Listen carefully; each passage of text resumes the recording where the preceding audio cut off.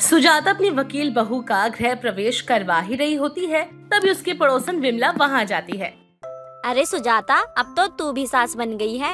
हाँ, और बहू भी ऐसी वैसी नहीं लेकर आई। वकील बहू है, मेरी वकालत कर रखी है मेरी बहू ने। अगर गली में अब किसी ने मुझसे ऊंची आवाज में बात की तो मैं उस पर केस बना डालूंगी। सुजाता, तू सही कह रही है। कांता हमेशा ही नाली के पानी को लेकर लड़ती रहती है। माँ, काकी, पहले सुधा का गृह प्रवेश तो करवा लीजिए, उसके बाद आप लोगों को जो करवाना है वो करवाते रहिएगा। अभी आपकी बहू ने घर में कदम नहीं रखा और आप लोग कलेश करने की बात करने लग गई। अरे तो कलेश की बात करे भी क्यों ना, कलेश समेटने के लिए बहू जो लाई हूँ वकील। सुजाता अपनी वकील बहू को लाकर बहुत खुश थी और वो मोहल्ले में अब और भी ज्यादा अकड़ में रहने लगी थी। लेकिन शादी के अगले ही दिन सुबह सुबह सुजाता अपनी बहू के कमरे में पहुंचती है तो वहाँ सुजाता को उसकी बहू सुधा मिलती ही नहीं। अरे बहू कहाँ है? पूरे घर में बहू को ढूंढ लिया है, लेकिन बहू कहीं नजर नहीं आ रही। कहाँ गई बहू? तूने उसे बताया नहीं? आज उसकी पहली रसोई की रस्म है। अरे माँ, आपको ये बात तो रात को ही बतानी चाहिए थी। सुबह सुबह ने एक मर्डर केस की ना सुनवाई थी तो सुधा को जाना पड़ गया। क्या बोला? Murder case? ऐसे केसों पर भी काम करती है क्या बहू? कहीं बहू गुंडे मवालियों को तो नहीं जानती ना? अरे माँ, वो वकील है। चोर, उचक्के, डाकू, लुटेरे, इन सबको तो वो जानती ही होगी। केस हारे चाहे जीते, जान पहचान तो हो ही जाती है माँ। सुजाता अपने बेटे की बात सुनकर डर जाती है, लेकिन कुछ देर बाद उसे समझ आ जाता है कि वकील का काम होता है निर्दोषों को बचाना। खैर, अब सुजाता अपनी बहू की पहली रसोई की रस्म को लेकर परेशान हो जाती है। तभी उसकी पड़ोसन विमला वहाँ टहलते हुए आती है। अरे सुजाता, आज तो तेरी बहू की रसोई की पहली रस्म होगी ना? आखिर तेरी वकील बहू ने क्या बनाया है, जरा मुझे भी चखा दे। अरे विमला, तू भी ना कैसी बातें करती है। तुझे पता नहीं है, मेरी बहू सुबह सुबह काम पर निकल गई। अब कल होगी उसकी रसोई की पहली रस्म। मैं भी सोच रही हूँ कि आखिर मेरी वकील बहू को खाना बनाना आता भी होगा या नहीं। मैं तो बस वकील बहू है ये सोचकर विनय की शादी करवा दी। बता, तुझे तो अभी यह भी नहीं पता कि तेरी बहू को खाना बनाना आता भी है या नहीं। और अगर ऐसे ही वह सुबह सुबह ऑफिस जाती रहेगी कि ना जाने उसकी शादी की पहली रस्म कब होगी। अब देर शाम भी सुजाता की बहू सुधा घर पर आती है तो सुजाता अपनी बहू सुधा से कहती है, अरे ओ बहू, सुबह सुबह निकलने से पहले मुझसे मिलती जाना। कल तेरी पहली रसोई की रस्म है। अगर छोटा छतरी ने 2 लाख नहीं दिए तो मैं उसका केस लड़ने वाली नहीं हूँ। मर्डर का केस बनता है, उसके ऊपर से कह देना कि सुधा छोटे मोटे रकम से काम नहीं करती। बहू क्या बात है, ऐसे ही दिन दुगनी और रात चौगनी तरक्की कर। लेकिन फिलहाल मेरे सवालों का जवाब दे दे, तुझे खाना बनाना आता भी है या नहीं? जी, खाना तो मेरी माँ बनाया करती थी, लेकिन थोड़ा बहुत अच्छा तो मैं भी बना लेती हूँ। और रही बात पहली रसोई की रस्म की, तो सुबह उठकर अपनी रसोई की रस्म पूरी करके जाऊंगी। अभी मैं बहुत थक गई हूँ। हाँ हाँ बहू, जा जाकर आराम कर ले। कल सुबह तेरी पहली रसोई की रस्म है, तो बस कुछ अच्छा सा बना लेना। सुधा पढ़ी लिखी तो बहुत थी और सुजाता को भी ऐसी ही पढ़ी लिखी बहू चाहिए थी।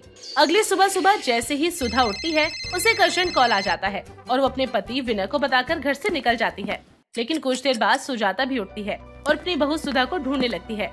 इस बार सुजाता को उसकी बहू कहीं नहीं मिलती। अरे माँ, सुबह सुबह क्यों चिल्ला रही हो?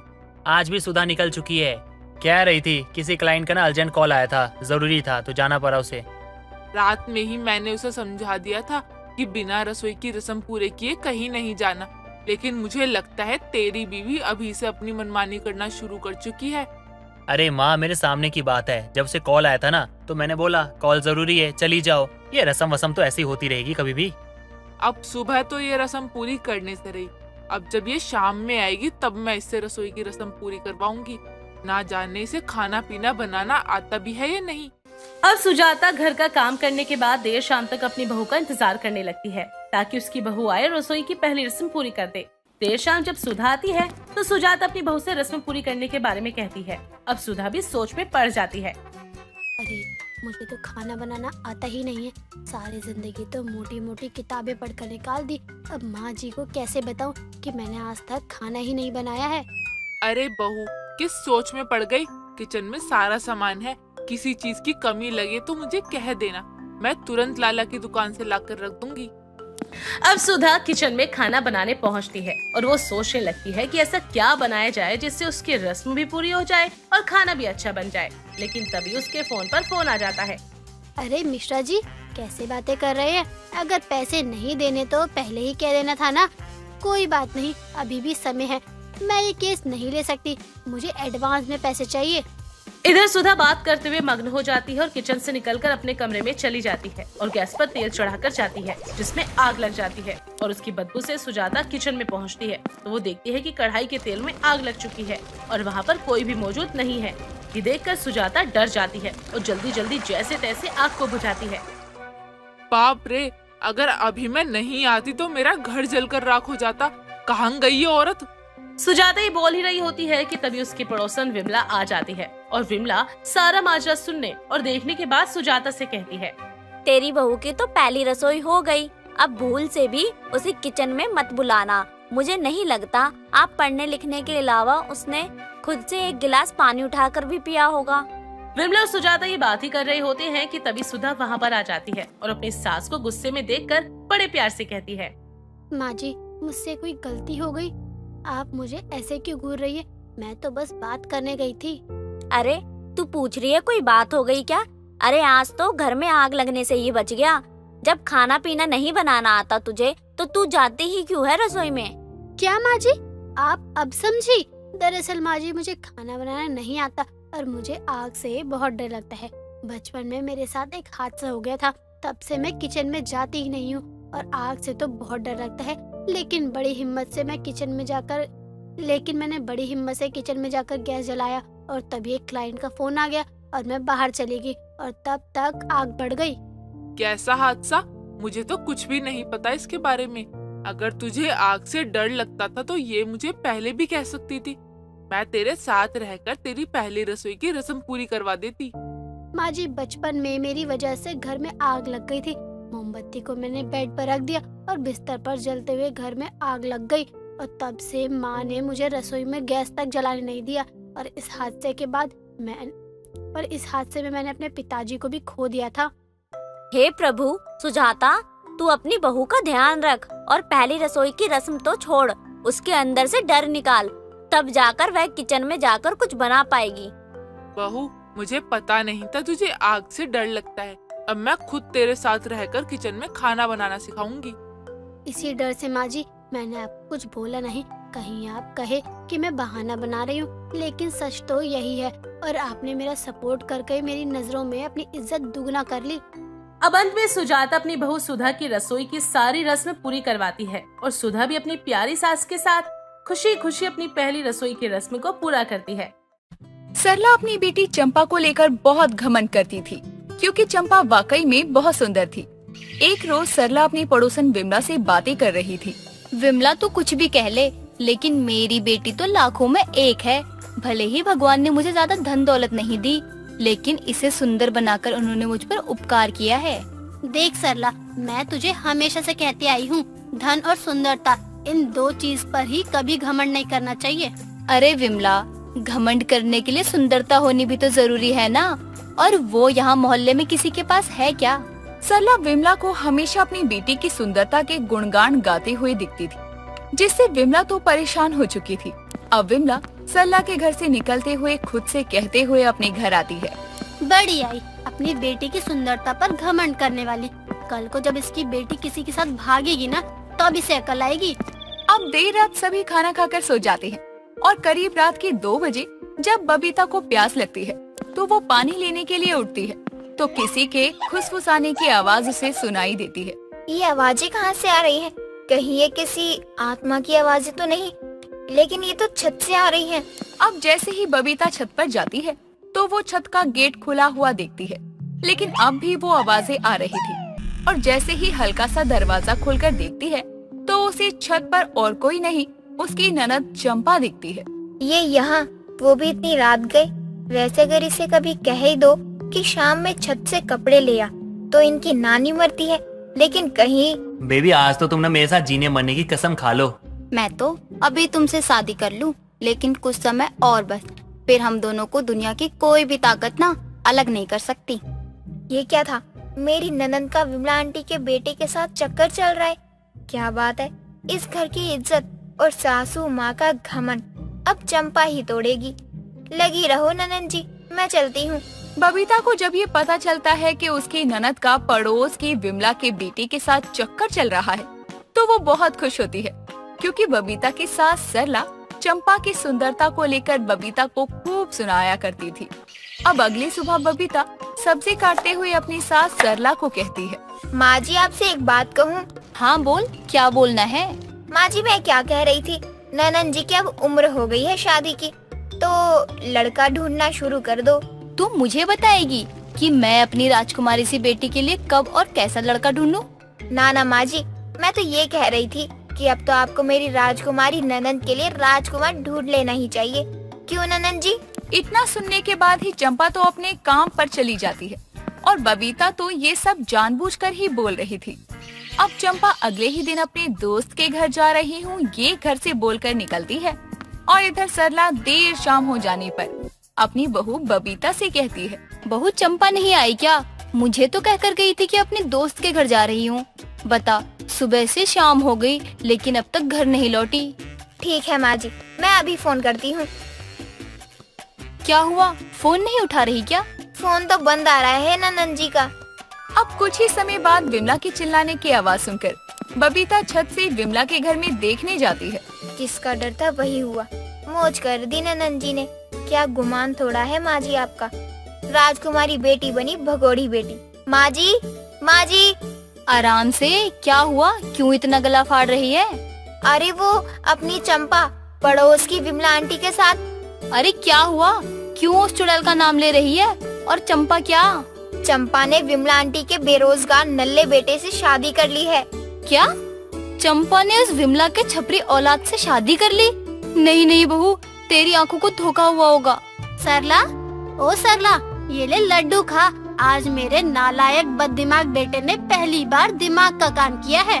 अच्छा, ऐसा क्या काम किया है सोनू ने? तेरी ननद से शादी करके अब तेरी ननद ही तेरी पड़ोसन बन गई है बहू। अब हम भी रिश्तेदार हुए।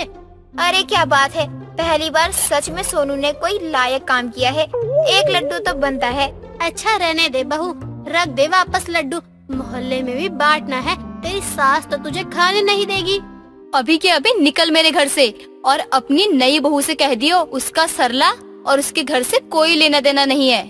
ठीक है कह दूंगी। चलती हूँ, घर में बहुत काम है। नई बहू आई है, बहुत सारी रस्में करनी है। अब विमला के जाने के बाद ही सरला अपना सर पीट कर बैठ जाती है और अपनी बहू से कहती है, मेरी ही परवरिश में कोई कमी रह गई होगी जो मुझे ये दिन देखना पड़ रहा है। माँ जी, होनी को कौन टाल सकता है, लेकिन सच कहूँ तो क्या है उस सोनू में, लप्पू सा सोनू है। कमाना वो जानता ना, बोलना ठीक से वो आवे ना उस पे, और चला है मेरी ननद से शादी करने। अरे उसकी गलती तो है ही, लेकिन मेरी बेटी को भी मेरी इज्जत का ख्याल रखना था ना। कहीं का नहीं छोड़ा उसने, मेरी इज्जत मिट्टी में मिला दी। सरला को अपनी जिस सुंदर बेटी पर गुमान था, आज वो गुमान टूट चुका था। सरला अपनी बेटी की इस हरकत पर उससे नाराज ही नहीं बल्कि उसका चेहरा तक नहीं देखना चाहती थी। माँ, एक कप चाय पिला दो। तू अंदर किससे पूछ कर आई? चल अभी के अभी निकल मेरे घर से। अरे माँ, आप गुस्सा क्यों हो रही हो? मैं आपको उनके बारे में बताती तो आप मेरी शादी के लिए हाँ ही नहीं करती, इसलिए मैंने बिना बताए आपसे शादी कर ली। अभी निकल, मुझे तेरी कोई बात नहीं सुननी है। निकल अभी के अभी यहाँ से। अच्छा माँ, आप तो मुझसे गुस्सा है, लेकिन यहाँ मेरी भाभी भी तो है। हाँ ननद जी बैठिए, मैं आपके लिए चाय लेकर आती हूँ। बहू, इसे अभी के अभी यहाँ से निकाल और बोल ये मेरे घर में कभी नजर ना आए। मैं तो आऊंगी, बेटी ना सही ननद ना सही, पड़ोसन होने के हैसियत से मैं यहाँ आऊंगी जरूर। इतना बोलकर सरला अपनी बेटी चंपा का हाथ पकड़कर उसे बाहर कर देती है। सारे मोहल्ले वाले चंपा को देख रहे थे और तभी विमला वहाँ आती है। खबरदार, जो तूने मेरी बहू को हाथ भी लगाया। बहू चल तू घर में, सरला से निपट कर आती हूँ मैं। अरे खोल दरवाजा, मैं तुझे बताती हूँ, मेरी बहू को घर से निकालेगी। इधर सरला घर में आकर फूट फूट कर रोने लगती है और उधर विमला चंपा को घर लेकर जाती है और चंपा से कहती है, क्यों सरला की बेटी, तेरी माँ को तुझ पर बड़ा ही गुमान था। अब एहसास हो रहा है उसे कि इतना भी गुमान करना ठीक नहीं है। माँ जी, आप मेरी माँ के बारे में क्या कह रही हैं? मैंने सोनू जी के लिए अपना घर, अपनी माँ, सब कुछ गवा दिया, लेकिन आप कह रही हैं कि मेरी माँ का गुमान टूटा। माँ, आप चंपा को कुछ भी मत बोलो। मैंने खुद चंपा के साथ रहने का फैसला किया है और वो अपना घर, अपनी इज्जत, सब कुछ दांव पे लगा के आई है। लेकिन कुछ भी कहो, सरला को तकलीफ में देखकर मजा आ रहा है। अब अगले दिन चंपा अपनी माँ सरला के घर फिर से जाती है, अपनी माँ को देखने के बहाने। अरे भाभी, मैं चीनी लेने आई हूँ, एक कटोरी चीनी मिलेगी क्या? बहू, बोल दे चीनी खत्म है। चीनी नहीं है ननन जी। मैं तो माँ की आवाज सुनने आई हूँ। चंपा ने वैसे तो बेशक पड़ोस में ही भागकर शादी रचाई थी, क्योंकि वो सोनू को कई सालों से चाहती थी और शुरू से ही उससे शादी करना चाहती थी। लेकिन वो अपने घर बता भी नहीं सकती थी, क्योंकि वो जानती थी कि उसकी माँ सरला इस शादी के लिए कभी भी राजी नहीं होगी। चंपा ने ऐसे में सोनू से भागकर शादी तो कर ली, लेकिन अब उसे पछतावा हो रहा था कि क्या उसने जो ये फैसला किया वो सही था, क्योंकि अब विमला अक्सर ही उसकी माँ को जलील किया करती और उसका गुमान तोड़ने के लिए उसके घर पर जाया करती। और इसी के साथ अब चंपा भी कभी कभी पड़ोसन के नाते कुछ न कुछ मांगने के बहाने से अपनी माँ को देखने के लिए पहुँच जाया करती। अब चंपा को बहुत अफसोस होता है, क्योंकि उसी की वजह से उसका घर परिवार और तो और उसकी माँ को भी बहुत ज्यादा शर्मिंदगी उठानी पड़ती है। गुप्ता जी की बहुत बड़ी राशन की दुकान थी। वो अपनी बेटी मिली को बहुत प्यार और दुलार करते थे, उसकी हर जिद को पूरा करती। ऐसे ही एक दिन मिली अपने पिताजी गुप्ता जी से अपनी और अनुराग की शादी की बात करती है। पिताजी, मुझे आपसे कुछ कहना है, लेकिन कैसे कहूँ ये समझ नहीं आ रहा है। पिताजी, अगर आपको मेरी बात बुरी लगे ना, तो प्लीज मुझे माफ कर देना। माफी तो बाद में भी मांग लेना, पहले ये बताओ तुम बोलना क्या चाहती हो। बिना बात को सुने हम कैसे बोल सकते हैं कि हमने तुम्हें माफ किया। पहले अपनी बात तो बोलो, फिर हम सोचेंगे कि क्या करना है तुम्हारा। पिताजी, मुझे एक लड़का पसंद है और मुझे उसी से शादी करनी है। अच्छा, अब तुम अपनी शादी की बात खुद करोगी मुझसे? इतनी बड़ी हो गई हो तुम? नहीं पिताजी, बस मैं आपको अपनी पसंद बता रही थी, बाकी आपकी मर्जी है। आप जहाँ कहेंगे ना, मैं वहीं शादी करूँगी। अरे मेरी बच्ची, मैं तो बस देख रहा था कि मेरे ऐसे कहने पे तुझे कैसा लगता है। और हाँ, जिसे तू पसंद करती है उसे कभी मिलवाने के लिए तो लेके आजा, तभी तो शादी की बात होगी। ठीक है पिताजी, मैं अनुराग को कल ही बुलाती हूँ उसके परिवार के साथ। मिली की खुशी का कोई ठिकाना नहीं था। कुछ देर बाद मिली अनुराग को कॉल करके सारी बात बताती है। अगले दिन अनुराग अपनी माँ सुनीता को लेकर मिली के घर आता है। सभी लोग मिलकर मिली और अनुराग की शादी की तारीख तय करते हैं और फिर सुनीता मिली का घर देखकर अपने मन ही मन सोचती है, क्या बात है, घर तो बहुत ही आलीशान है। मेरे बेटे की पसंद तो वाह। अरे बहन जी, क्या सोच रही हैं आप? मेरी बेटी आपको पसंद है तो बता दीजिए। बच्चे कब से हाँ के इंतजार में बैठे हुए हैं। कहीं ऐसा ना हो आप हाँ कहने में देर करें और बच्चे बुढ़े हो जाए। जल्दी सोचिए, जल्दी बताइए। मुझे पसंद है आपकी बेटी, परी है परी। इसे नापसंद करने वाला तो गधा ही होगा, गधा। मुझे आपकी बेटी बहुत पसंद है। सभी मिलकर मिली और अनुराग की शादी की तारीख निकालते हैं और कुछ ही समय बाद दोनों की शादी हो जाती है। मिली दहेज में ढेर सारा सामान लेकर आती है, जिसे देखकर सुनीता की पड़ोसन अंजलि कहती है, क्या बात है सुनीता बहन, बहू तुम्हारी बहुत गजब सामान लेके आई है दहेज में। दहेज? 1 रुपया नहीं मांगा मैंने, उन्होंने ही अपनी बेटी को इतना सारा सामान दिया है अपनी मर्जी से। वाह, अगर ऐसा कोई दूसरा रिश्ता मिले तो मुझे बताना। अरे दूसरा क्यों, तुम्हारी बहू की बहन तो होगी ही, उसी का हाथ अपने बेटे के लिए मांग लूंगी। मेरी बहू की कोई बहन नहीं है, वो एक ही बेटी है अपने पिता की। तो अब तुम ही मेरी बहू जैसी बहू ढूंढना बंद कर दो। बहू तो मैं लेकर आऊंगी और तेरी बहू से भी बढ़िया लेकर आऊंगी।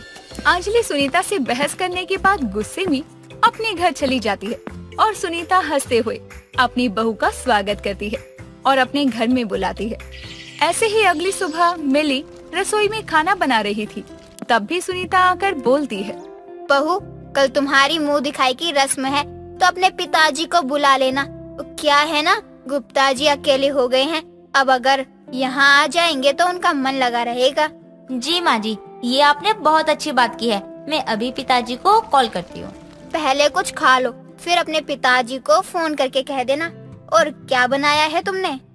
माँ जी हलवा बना रही थी, लेकिन घर पर काजू पिस्ता किशमिश कुछ भी नहीं है, तो कैसे बनाऊँ हलवा? हाय राम, कुछ नहीं है।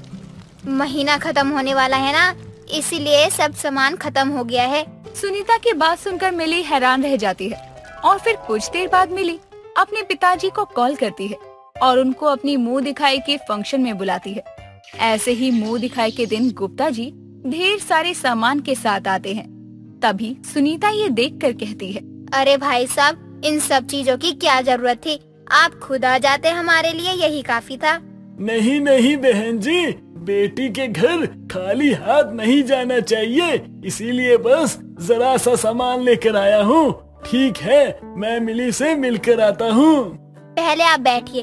और हाँ बहू, अभी तैयार हो रही है, अभी आती ही होगी। नहीं बहन जी, मेरे पास अभी टाइम नहीं है, मुझे कहीं और भी जाना है, इसलिए मैं खुद मिलके आ जाता हूँ। गुप्ता जी अपनी बेटी से मिलकर चले जाते हैं और फिर कुछ दिनों बाद सुनीता मिली को पग फेरे की रस्म के लिए उसके मायके भेजती है। जब मिली पग फेरे से अपने ससुराल लौट कर आती है तो अपने साथ ढेर सारा सामान लेकर आती है, जिसे देखकर सुनीता कहती है, बाप रे बाप, इतना सामान क्या क्या लेकर आई हो बहू? माँ जी, ये पिताजी ने आपके लिए भेजा है। बस कुछ सामान है जो घर के लिए है, पिताजी ने घर का राशन भी दिया है। अरे भाई साहब भी हद करते हैं, इतना सब कुछ देने की क्या जरूरत थी? हाँ माँ जी, मैंने भी यही कहा था, लेकिन पिताजी माने ही नहीं बिना कुछ दिए। खैर अब क्या करूँ, उनका प्यार ही ऐसा है। हाँ, एक ही बेटी है तो इतना तो करेंगे ही, चाहे कितना भी मना करो, तुम उनका प्यार और आशीर्वाद ऐसे ही पाती रहोगी। सुनीता मिली के लाए सामान देख रही थी, तभी उनकी पड़ोसन अंजलि आती है और इतना सारा सामान देखकर गाल पर हाथ लगाते हुए कहती है, हे भगवान, इतना सारा सामान! क्यों सुनीता बहन, तुम्हारी बहू इतनी ज्यादा शॉपिंग करती है? नहीं, मेरी बहू बस थोड़ी देर पहले अपने मायके से आई है और ये सब चीजें मेरे लिए लेकर आई है। वाह सुनीता, जब से बहू लेकर आई है तब से तुम्हारे तो बारे न्यारे हो गए हैं, बिना कुछ कहे सब मिल जाता है। अब बहू किसकी है? अब देखना, हर दिन कुछ न कुछ आता रहेगा हमारे घर में। दोनों बातें करते हुए सामान देखते हैं। ऐसे ही कई दिन गुजर जाते हैं। एक रोज सुनीता अपनी बहू मिली से कहती है, बहू, बहुत दिन हो गए हैं, तुझे अपने पिताजी की याद नहीं आती क्या? जा जाकर मिल लिया कर उनसे, उन्हें भी अच्छा लगेगा और मुझे भी अच्छा लगेगा तेरे घर आने के बाद। हाँ माँ जी, मैं भी यही सोच रही थी कि चली जाऊँ पिताजी से मिलने के लिए। बहुत दिन हो गए उनसे मिले हुए, अच्छे से बात भी नहीं हो पाती कॉल पर तो। बहू अब देर मत कर, जा मायके चली जा, पर जल्दी आना, मुझे तेरा इंतजार रहेगा। हाँ माँ जी, जल्दी आऊंगी, लेकिन आपको कोई तकलीफ तो नहीं होगी ना मेरे जाने से? पागल, तेरे आने से पहले भी तो मैं यही सब करती थी, तो अब भी कर लूंगी। सुनीता मिली को अपने मायके भेज देती है और बेसब्री से मिली के आने का इंतजार करती है। शाम को मिली अपने साथ ढेर सारा सामान लेकर आती है तो सुनीता सामान देखकर कहती है, हे भगवान, फिर से तुम्हारे पिताजी ने इतना सारा सामान भेज दिया। भाई साहब भी ना, बहू तुमने उनको मना नहीं किया क्या जब सामान दे रहे थे? इतना सामान कहाँ रखूँ अब मैं? माँ जी क्या करना है, अब सारा सामान घर पर ही सेट करना होगा। और हाँ, पिताजी ने आपके लिए भी कुछ भेजा है, देख लीजिए। बहू तेरे पिताजी भी ना हद करते हैं। अगली बार जब तू जाएगी ना तो बोलना मैंने उनको इन सब चीजों के लिए थैंक यू बोला है। मैंने पहले ही बोल दिया माँ जी, अब बोलना नहीं पड़ेगा। वैसे भी पिताजी को थैंक यू बोलने की कोई जरूरत नहीं है। सुनीता सामान को देख ही रही थी और ऐसे ही कुछ दिन बीत जाते हैं। सुनीता अब हर दूसरे दिन मिली को मायके भेजती और फिर मिली अपने मायके से ढेर सारा सामान लाती। ऐसे ही एक दिन सुनीता चाय पीते हुए अपनी बहू मिली से कहती है, बहू क्या बात है, आजकल बहुत उदास रहती है। अगर तेरा मन उदास है तो जा मायके चली जा, तेरा मूड ठीक हो जाएगा। नहीं माँ जी, मैं ठीक हूँ, मुझे भी मायके नहीं जाना। क्यों, क्या हुआ? तू अपने पिताजी से प्यार नहीं करती क्या, या उनसे मिलने का मन नहीं करता तेरा? माँ जी मेरा मन करता है मिलने को, लेकिन वेगिन कुछ नहीं, बस बहू मायके चली जा तू और अपना मूड ठीक करके जा, लेकिन जल्दी आना। सुनीता फिर से मिली को अपने मायके भेज देती है लेकिन इस बार मिली अपने साथ ढेर सारा सामान लेकर नहीं आती, बल्कि 2 मिठाई के डब्बे लेकर आती है। तो सुनीता मिली से कहती है, बस ये मिठाई का डिब्बा लेकर आई हो, आज कुछ सामान नहीं लेकर आई मायके से, या बाहर ही रखवाया है सामान? मैं जाकर लेकर आती हूँ। नहीं माँ जी, बाहर कुछ भी नहीं है और ना ही अब बार बार मेरी मायके से कोई सामान आएगा। हर दूसरे दिन आप मुझे मायके भेज देती हो, कभी आप भी अपने मायके घुमाइए, आपके भी घर वालों को अच्छा लगेगा ना। मिली की बात सुनकर सुनीता भी समझ जाती है कि अब बहू को मायके बार बार भेजना खतरे से खाली नहीं है। अगर भेजने की कोशिश भी की तो बहू उसे ही अपने मायके भेज देगी। मधु की शादी सिंधी परिवार में होती है, जबकि रजवाड़ी लड़की थी। मधु और सागर ने प्रेम विवाह किया था, इसलिए यहाँ रजवाड़ी और सिंधी का मामला है। तो आइए देखते हैं कि ये मामला कहाँ तक जाता है। मधु की सास उसकी सिंधी रीति रिवाज से गृह प्रवेश करवाती है और मधु को अंदर बिठाकर उससे कहती है, आओ बहू, तुम्हारे हम सिंधियों के परिवार में स्वागत है। तुम्हें कभी भी किसी चीज की जरूरत हो तो मुझे बोल देना, मैं राहुल से वो काम करवा दूंगी। क्यों राहुल? क्या माँ, आप भी ना भाभी के आते आपने मेरा मजाक बना दिया। भाभी, मैं हूँ आपका छोटा सा प्यारा सा नन्हा सा देवर। ओह सॉरी, नन्हा नहीं रहा अब, लेकिन आपके लिए तो नन्हा ही हूँ ना। और हाँ, मुझे ना मजाक करने की आदत है और हमारा तो रिश्ता ही है मजाक करने वाला। और अगर कभी मेरा किया मजाक आपको बुरा लगे तो माफ कर देना। कोई बात नहीं देवर जी, इतना तो हर घर में मजाक चलता है। मैं भी बहुत मजाक करती हूँ। आपको कभी मेरा मजाक बुरा लगा ना तो प्लीज रोना मत। भाभी, मैं रोता नहीं हूँ, छोटा हूँ लेकिन बच्चा नहीं हूँ जो छोटी छोटी बातों पे रोने के लिए बैठ जाऊँ। हाँ, बहुत बड़ा हो गया है तुम्हारा देवर, इसलिए नहीं रोता। चलो अब आराम कर लो, थक गई होगी इन सब रस्म रिवाजों से। कल सुबह सूर्योदय से पहले उठना है, हमारे घर का रिवाज है। सबके उठने से पहले बहू पूजा करके सबके लिए कुछ मीठा बनाती है। जी मासा, लेकिन कितने बजे उठ जाऊँ? अगर मेरे उठने से पहले अगर कोई उठ गया तो कुछ बुरा तो नहीं होगा ना मासा? कुछ नहीं होगा, तुम बस उठ जाना, मैं भी उठ जाऊंगी। तुम्हें यहाँ के नियम वगैरह बता दूंगी, ठीक है? जाओ, सागर बहू को कमरे में लेकर जाओ। सुनीता एक बहुत ही हंसमुख औरत है जो अपने से बड़ों का सम्मान और छोटों को प्यार देती है। सबके साथ बड़े ही प्यार से रहती और ऐसे ही रात गुजर जाती है। अब मधु सुबह उठकर घर की पूजा करने के बाद सबके लिए नाश्ता बनाती है और मीठे में हलवा बनाकर सभी को देती है। तभी दिनेश, मधु का ससुर, कहता है, वाह, क्या बात है बहू, कितना स्वादिष्ट बनाया है तुमने। मैंने आज से पहले ऐसा हलवा नहीं खाया। तुम्हारी सास भी बनाती है लेकिन इतना अच्छा नहीं बनाती। ये क्या तुम्हारे राजवाड़ी स्टाइल का हलवा है? जी बाबा साहब, ये हमारे रजवाड़े लोगों की स्पेशल हलवा है जिसमें हमने घी, किशमिश, काजू, दूध और गुड़ में बनाया है। चलो अच्छा है, हम लोगों को भी कभी कभार राजवाड़ों का खाना खाने को मिलेगा। अहू तमाम सूठो ठहयल अही, मतलब बहुत अच्छा बना है हलवा, मजा आ गया खाकर बहू। अच्छा बहू, आज तुम्हारी मुंह दिखाई की रस्म है। हमारे कुछ अपने लोग आएंगे और उनके लिए तुम्हें कुछ अच्छा सा बना कर रखना है। लेकिन सुनीता, मुंह दिखाई में तो बहू कुछ नहीं बनाती, तो तुम अपनी बहू से क्यों कुछ बनवा रही हो? क्या तुम्हें उन्होंने अपनी बहू की मुंह दिखाई के दिन अपनी बहू के हाथ से बना हुआ खाना खिलाया था, जो तुम उन्हें अपनी बहू की मुंह दिखाई वाले दिन खाना खिलाने की बोल रही हो?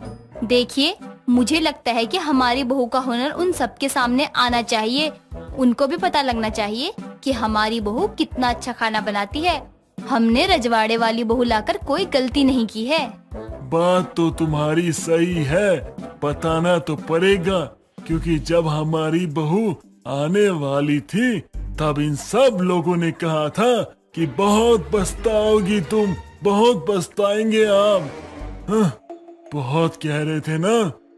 अब तुम पक्का उन्हें खिलाना और बुलाना, और देखना हमारी बहू इतना अच्छा खाना बनाएगी कि वो लोग हाथ चाटते रह जाएंगे। उसके बाद तुम भी उन्हें ताने दे सकती हो कि क्या कहते थे तुम लोग कि मेरी बहू अच्छा नहीं बनाएगी और हम लोग बहुत पछताएंगे। देखो, हम लोग कितने सुखी से अच्छा अच्छा भोजन कर रहे हैं। तुमको भी चाहिए हो तो आ जाया करो। हमारी बहू का दिल बड़ा है, वो तुम्हें भी अच्छा अच्छा व्यंजन बना बना के खिला देगी। हाँ, तभी तो कहा बहू से। क्यों बहू, बना लोगी ना मेहमानों के लिए खाना? ज्यादा नहीं आएंगे, बस 4-5 ही आएंगे। जाओ, जाकर कुछ अच्छा सा बना दो। सुनीता की ऐसी बात सुनकर मधु भी बड़े जोश में आकर किचन में खाना बनाने चली जाती है। कुछ देर बाद मधु दुल्हन की तरह सज धज कर बाहर सबके साथ बैठी हुई थी और सभी बारी बारी मधु को देखकर उसकी नजर उतारते हैं। तभी सुनीता लता और कमला से कहती है, सुनो बहनों, आज मेरी बहू ने खाना बनाया है, खाकर ही जाना, वरना मेरी बहू को बुरा लगेगा। हाँ हाँ, क्यों नहीं, जरूर खाकर जाएंगे। हम भी तो देखे कैसा खाना बनाती है तुम्हारी बहू। बहुत अच्छा खाना बनाती है मेरी बहू। आज सुबह मैंने हलवा खाया और फिर मेरी बहू ने तुम सबके लिए भी खाना बनाया है, चलो खाने। अब कैसा बना है, क्या बना है, क्या पता। तुम्हारे तारीफ करने से अगर सब स्वादिष्ट हो जाता तो हमें क्यों खिला पिला रही हो तुम। ठीक है, मैं कुछ नहीं बोलूंगी, अब मेरी बहू के हाथ का खाना बोलेगा। चल बहू, खाना लगा। सुनीता अपनी बहू को खाना लगाने के लिए कहती है और मधु सबके लिए राजवाड़ी कड़ी और चावल निकालती है। तभी लता खाने को देखते ही कहती है, झूले लाल ही छाई, पीला पीला क्या बनाया है, चावल ही बस समझ आ रहा है। मासी जी, ये रजवाड़ी कड़ी है। जैसे आपके यहाँ सिंधी कड़ी बनती है ना, वैसे ही हमारे यहाँ रजवाड़ी कड़ी बनती है और उसे चावल के साथ खाया जाता है। हम लोग ऐसे पतली बिना सब्जी वाली कड़ी नहीं खाते जिसमें कोई सब्जी ही ना हो। वो कड़ी कोई खाता है क्या? देखो दिखने में कैसा लग रहा है, शक्ल देखकर ही खाने का मन नहीं कर रहा। एक बार चख कर तो देखिए, तभी आपको पता चलेगा ना कि कैसा और क्या है। बिना खाए टेस्ट किए आप कैसे किसी चीज को खराब बोल सकती हो। सुनीता की बहू, बहुत जबान चलाती हो। खाना खिलाने के लिए मेहमानों का खास पसंद का ख्याल रखना पड़ता है, ये नहीं जो मन किया वही बना दिया। आप लोग सिंधी खाना तो रोज ही खाते हो, हमारे यहाँ का भी खाकर देखिए कैसा लगता है। भले आपके सिंधी जितना अच्छा ना बने, लेकिन बुरा भी नहीं लगेगा। मधु के इतना बोलने पर भी लता नहीं खाती, तो वहीं कमला दोनों की बात सुनकर कहती है, क्या हुआ डिकरा, मैं टेस्ट करके बताती हूँ, रुक तो। और तुम लोग लड़ना बंद करो, इसकी मेहनत को तो देखो, क्या जरूरत है बिना बात के बतंगड़ करने की। रुक जा डिकरा, मैं बताती हूँ खाकर तेरी रजवाड़ी कढ़ी। ओके मासी जी, मैं अभी खाना लगाती हूँ आपके लिए। मासा, आप भी टेस्ट कीजिए ना हमारे यहाँ की रजवाड़ी कढ़ी। मान जाना सुनीता, इतना भाव क्यों खा रही है? ज्यादा भाव खाएगी तो तुझे रजवाड़ी कढ़ी खाने को नहीं मिलेगी। क्या बात करती हो कमला बहन, कुछ भी। आप सब खाओ, मैं दूसरे प्लेट में खाना लगाकर आराम से खाऊंगी। दूसरा प्लेट नहीं, अब तू हमारे साथ बैठकर ही खाना खाएगी बस। कमला की बात सुनकर सुनीता भी खाना खाने लगती है। कितने मजेदार तो बनी है, मेरे तो मुंह में ऐसा लग रहा है जैसे कढ़ी जाते हुए घुल गई। आहा, मजा ही आ गया। जबरदस्त मजेदार बनाएगी मेरी बहू। हाँ कमला बेन, क्या बोलती हो? जो नहीं खाएगा वो सोचेगा बाद में क्यों नहीं खाया, लेकिन मजा आ गया। हाँ कमला? हाँ सही कहा एकदम, लेकिन लता बहन की किस्मत अच्छी नहीं है, वरना ये खुद ही खाकर पता कर लेती कि कितनी अच्छी कढ़ी बनाई है इसने। कढ़ी नहीं, रजवाड़ी कढ़ी है, जो हमारे रजवाड़ी का फेमस खाना है। रहने दे बहू, अब किसी को कितना भी कह ले, वो सुनने वाले नहीं है। और हाँ, जिसको खाना है खाओ, एक बार टेस्ट करके देखो, मजा आ जाएगा खाने में। मासा, अब घर वालों को भी खाना दे देना चाहिए, सबको भूख भी लगी होगी ना। उनको भी आज सिंधी कढ़ी की जगह कुछ और खाने को मिलेगा ना, तो उनका फेस देखने लायक होगा। मधु के इतना कहते ही सुनीता अपने पति और दोनों बेटों को खाना खाने बुलाती है। तभी राहुल खाना देखकर कहता है, क्या भाभी, सुबह आपने इतना अच्छा हलवा बनाया था, जितनी तारीफ करो ना वो कम थी। और अब ये खाना देख कर ना, सच कह रहा हूँ, खाने का तो मन ही नहीं कर रहा है। देवर जी, एक बार खाकर तो देखिए, अगर आपको पसंद नहीं आया तो मैं दोबारा कभी इस घर में रजवाड़ी कढ़ी नहीं बनाऊंगी, वादा रहा आपसे। ओहो, क्या बात है भाभी, आपको आपके हाथ के बनाए हुए डिश पे इतना यकीन है। ठीक है, पहले मैं टेस्ट करूंगा, अगर मुझे अच्छा लगेगा तो मैं आपको बताऊंगा, फिर आप दोबारा बनाइएगा। अगर मुझे अच्छा नहीं लगा तो भी मैं आपको बताऊंगा, तब आप इसे बिल्कुल भी मत बनाइएगा। ठीक है भाभी? आप आराम से टेस्ट करो, और बाबा साहब आप भी खाकर देखिए कैसा बना है हमारे यहाँ का रजवाड़ी कढ़ी। मुझे लगता है आपको पसंद आएगी। बहू, मैंने ये खाना टेस्ट किया और सच कहूँ तो ये खाना मुझे बहुत ही अलग लगा। मतलब बहुत ही ज्यादा स्वादिष्ट बना है। तुम्हारी राजवाड़ी करी बहुत मजेदार बनी है बहू। तुम डरी तो नहीं ना? मैं थोड़ा मजाक कर रहा था। अब हमारा बाप बेटी वाला रिश्ता है तो इतना तो चलता है ना बहू कि मैं तुम्हें थोड़ा परेशान कर दूं। और बहू सच कहूँ ना, मैं तुम्हारा फैन हो गया हूँ। थैंक यू बाबा साहब, ये प्रोत्साहन मुझे और आगे बढ़ाने में मेरी मदद करेगा। वाह भाभी वाह, आपके हाथ कहाँ हैं? दो मैं आपके हाथ चूम लूं। अरे भाभी क्या लाजवाब खाना बनाया आपने। अरे हे मजा आ गया। मन तो करता है ना ये सारा का सारा ना मैं अकेले खा जाऊं, लेकिन क्या करूं, परिवार वाले है ना तो थोड़ा इनके लिए एडजस्ट करके ना कम खा लेता हूँ। लेकिन हाँ, अगली बार ना आप मुझे ना इसी तरह ना अच्छा ज्यादा खाना बना के खिलाती रहना यार। यार कितनी प्यारी भाभी मिली है मुझे, कितना अच्छा खाना बनाती है। मधु के राजवाड़ी खाने ने सबका दिल जीत लिया और ऐसे हुई मधु की सिंधी परिवार में राजवाड़ी खाने का मामला। ऐसे ही दिन गुजरे और मधु के हाथ का राजवाड़ी कड़ी सभी शौक से खाया करते। अंजू के साथ सरिता को डीजे के गानों का बहुत शौक था।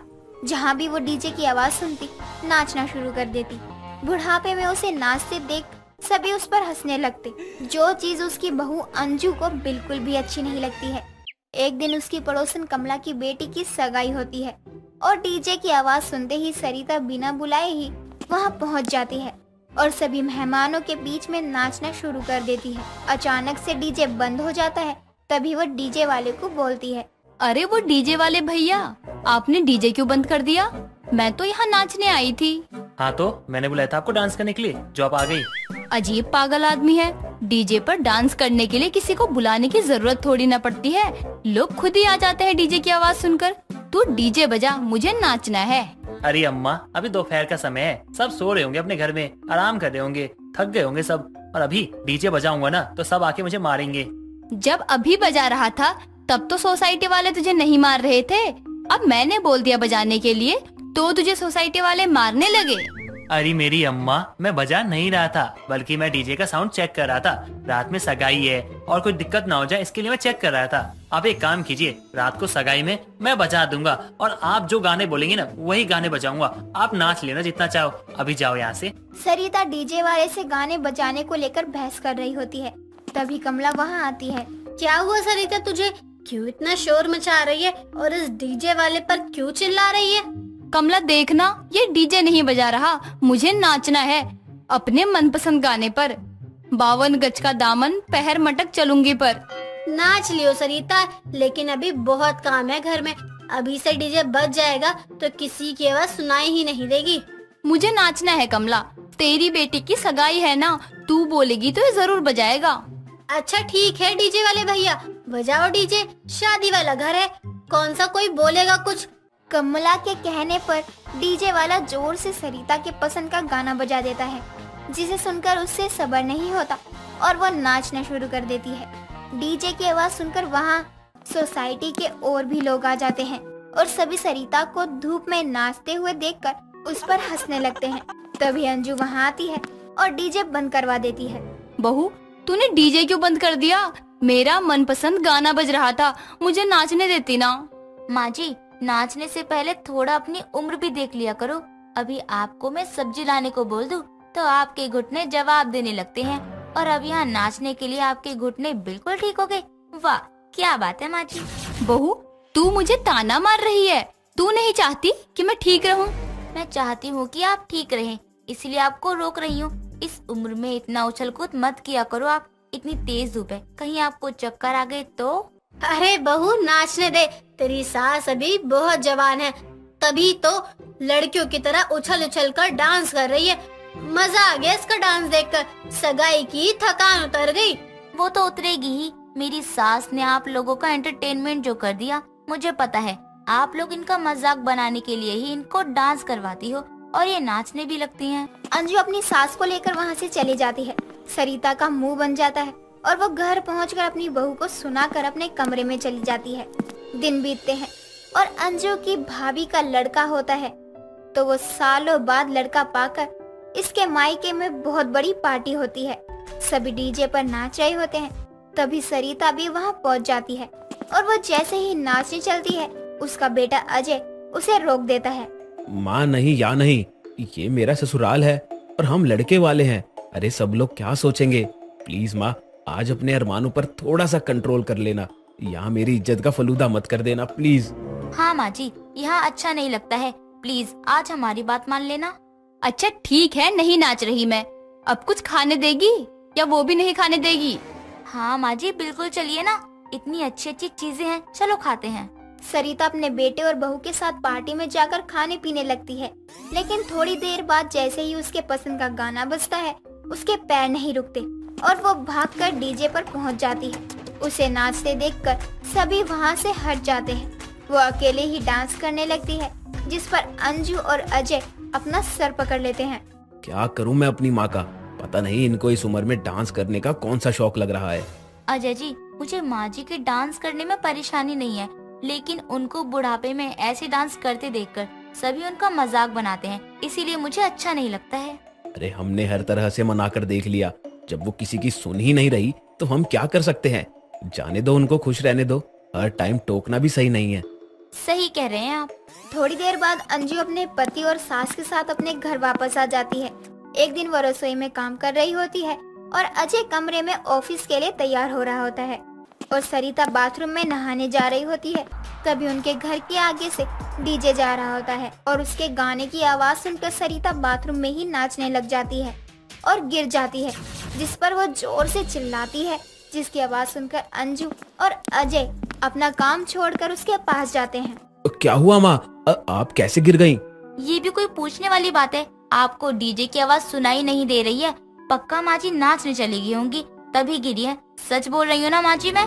हाँ नहीं, हाँ वो मुझे पता ही था, वरना आपके बाथरूम में मैं पानी छोड़ती ही नहीं हूँ कि आप गिर जाएं। मुझे बहुत दर्द हो रहा है, जल्दी से मुझे ले चलो डॉक्टर के पास। मेरी सांस बहुत फूल रही है, लगता है कि मेरे सीने में भी चोट लग गई है। मैं मुंह के बल गिर गई थी, इसीलिए अब मैं मरने वाली हूँ लगता है। सरिता की बात सुनकर सभी डर जाते हैं और उसे जल्दी से हॉस्पिटल लेकर जाते हैं और उसका इलाज करवाते हैं। वो कमरे में आराम कर रही होती है, तभी अपनी बगल की औरत को फोन पर बात करते हुए सुनती है। बहन, आजकल की बहुओं का कोई भरोसा नहीं है। सास को जिंदा रहने पर तो इतना प्यार दिखाती हैं कि जैसे उनके बिना मर ही जाएंगी, और सास के मरने के बाद अपना असली रंग दिखाने लगती हैं। पीठ पीछे उनकी बुराई करती हैं। अच्छा वो मर गई। उस औरत की बात सुनकर सरिता के मन में अपनी बहू के साथ प्रैंक करने का विचार आता है और जब डॉक्टर चेकअप के लिए आता है तब वो अपनी सांसें रोक लेती है, जिससे डॉक्टर डर जाता है। बहुत कोशिश के बाद भी जब उसकी सांसें नहीं चलती तो डॉक्टर मजबूरन उसे मृत घोषित कर देता है। उसके बेटे बहू को सॉरी बोल देता है, जिसे सुनकर उनके पैरों तले जमीन खिसक जाती है। ऐसे कैसे हो सकता है? बाथरूम में गिरने से भला किसी की मौत हो सकती है? आप झूठ बोल रहे हैं, सही से चेक करिए। अंजू जी, मैंने हर तरीके से चेक करके देख लिया है, आपकी सास को हम नहीं बचा पाए। मैं आप लोगों से सॉरी बोलती हूँ, अब हम कुछ नहीं कर सकते हैं। डॉक्टर की बात सुनकर वो जोर जोर से रोने लगते हैं। सरिता आंख बंद करके सब कुछ सुन रही होती है। थोड़ी देर बाद सभी उसकी बॉडी को घर ले जाते हैं और उसकी अंतिम यात्रा की सारी तैयारी करके उसकी अर्थी को लेकर निकलने ही वाले होते हैं। तभी अजय को डीजे की आवाज सुनाई देती है और उनके साथ अंजू को देखकर वो आग बबूला हो जाता है। यहाँ मेरी माँ मर गई है और तुम हो कि डीजे बजा रही हो? शर्म है तुम्हें या नहीं? मुझे शर्म है, लेकिन मैं अपनी सास की आखिरी इच्छा पूरी करना चाहती हूँ। उन्हें डीजे पे नाचने का बहुत शौक था, इसलिए उनकी आखिरी विदाई भी डीजे के साथ ही होगी, ताकि उनकी आत्मा को शांति मिले। बहुत सही कह रही है तू। तेरी सास की डीजे वाली अंतिम यात्रा तो बनती ही है, इससे सच में उसकी आत्मा को शांति मिलेगी। एक काम कर, उसकी पसंद का गाना भी बजवा दे। हाँ आंटी जी, जरूर बजवाऊंगी। मेरी सास को जो भी पसंद है वो सारे काम करूंगी मैं। माँ जी, आप मुझे छोड़कर क्यों चली गई? सब कुछ ऐसे अचानक हो गया कि कुछ कहने और सुनने को मिला ही नहीं। अंजू डीजे पर अपनी सास की पसंद का गाना बजाकर उनकी अर्थी को अंतिम यात्रा के लिए विदा कर देती है। सभी अर्थी को उठाकर थोड़ा ही आगे बढ़ते हैं कि अपनी पसंद का गाना सुनकर सरिता अर्थी पर उठकर ही नाचना शुरू कर देती है। सभी भूत भूत बोलकर डर जाते हैं और उसकी अर्थी को जमीन पर रखकर वहाँ से भाग जाते हैं और सरिता का किया हुआ प्रैंक उसी पर भारी पड़ जाता है और वो सबके सामने आ जाता है। दोस्तों, अगर आपको ये कहानी पसंद आई तो इसे लाइक करें, शेयर करें और कमेंट करके बताएं कि कहानी में आपको सबसे अच्छा क्या लगा।